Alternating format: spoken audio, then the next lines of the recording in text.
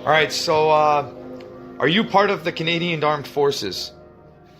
So, no, I'm currently out now. I did serve a duration of 8 years in the Canadian military with a deployment to Afghanistan and Kandahar region, extended to 8 months. Okay. So what's your opinion on the field hospitals on Barton Street in Hamilton, Ontario? So, basically, from what I've been told, they're to kind of help assist with the overflow situation, but I'm not even sure if there is much of an overflow. I haven't really overflow of COVID patients? Yeah, so like that's pretty much what I've been hearing. Mm-hmm. But at the same time, the military does have a tendency to kind of have that exposure to the media, where they kind of play it up to make it look like there's more than actually what's going on. You know what I mean? Well, what else would be going on there in your opinion? In your opinion. So in my opinion, like if they may be using it as for an overflow situation, but at the same time, they could be using it as exposure to the media to kind of to make it seem that there's more of a situation with the COVID overflow patients than there actually is. So to make it look worse than it actually is. Psychological. We have seen this before, right? With they actually did that in Burlington in August, and it didn't see one COVID patient, and then I seen in like Warmington. It was actually published in April this month. They didn't see one COVID patient either. So it's definitely more than likely a psychological thing. That way it gets aired on the news and all that kind of stuff, because the public obviously they draw to the news, and that's where they'll get the sources from. Do you think it's military though? Definitely, with the tents that are up there, those are 100% military. So do you think there's military men inside those tents right now? Oh yeah, for sure. There'll be probably divisions with reserve units from 31 Brigade and 32 Brigade, possibly with their medical divisions and that in there. Do you have any insider information on if there's going to be any military policing coming soon?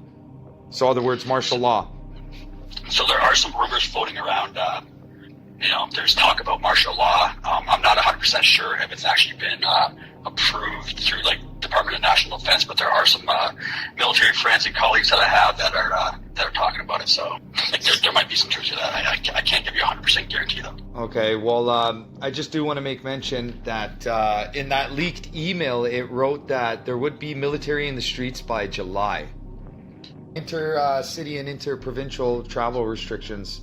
Well, yeah, like right now, I think the police, like the OPP, and that they're kind of handling the interprovincial lines, but they don't have the manpower to sustain it, so they'll definitely probably move in military vehicle checkpoints and all that kind of stuff. Okay, gotcha.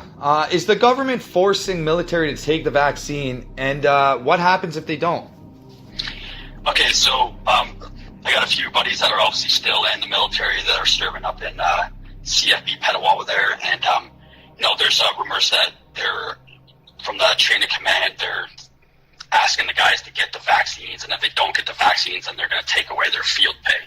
So with that being said, there's about 50%, almost 3/4 of the battalions up there that are refusing.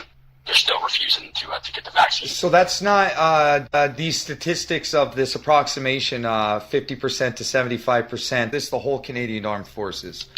No, this is from a few battalions. So up in Petawawa, you have the 1st Battalion Royal Canadian Regiment and the 3rd Battalion Royal Canadian Regiment, both infantry. So these statistics are coming from those battalions. Gotcha. Thanks for the clarification.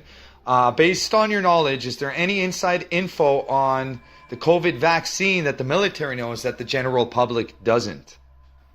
That I'm not aware of. Do you have any inside information on how they are planning on doing mass vaccinations? I don't really know how they're going to distribute them. So I can't really touch base on that. Like obviously, it would probably be somewhat. It would be done through the military in a way, but I like it's never been done before, so I can't really touch base on SOPs on how that's going to work. Okay, so you say like they're refusing the vaccine. Like, do you think there'd be a resistance in the troop to not want to distribute this vaccine? There's a possibility. Like most of the military, they're very conservative or Republican, whatever term you want to use there. This goes against a lot of their attributes in that, like, because most military, like, they're like us, right? This is like 100% like against what they stand for. Like, military guys, they fight for freedom. This isn't freedom, man. This is the opposite of freedom. I can see a major resistance So why were we training Chinese troops in Petawawa? So the actual training mission was actually winter warfare. So they had Chinese military up there to oversee how Canadian forces train with their winter warfare skills. Now there's a lot of interest in the Canadian Arctic right now, so I don't know exactly 100% why they were training Chinese, but all I can say is there's a lot of interest in the Arctic right now because of the resources of fresh water and all that kind of stuff. So, okay. Well, you've seen, like, I sent you the links with all of the Chinese military, like in BC, in Quebec, and everywhere, and a lot of them were not in winter weather, I guess. Do you know why or what they were doing at all?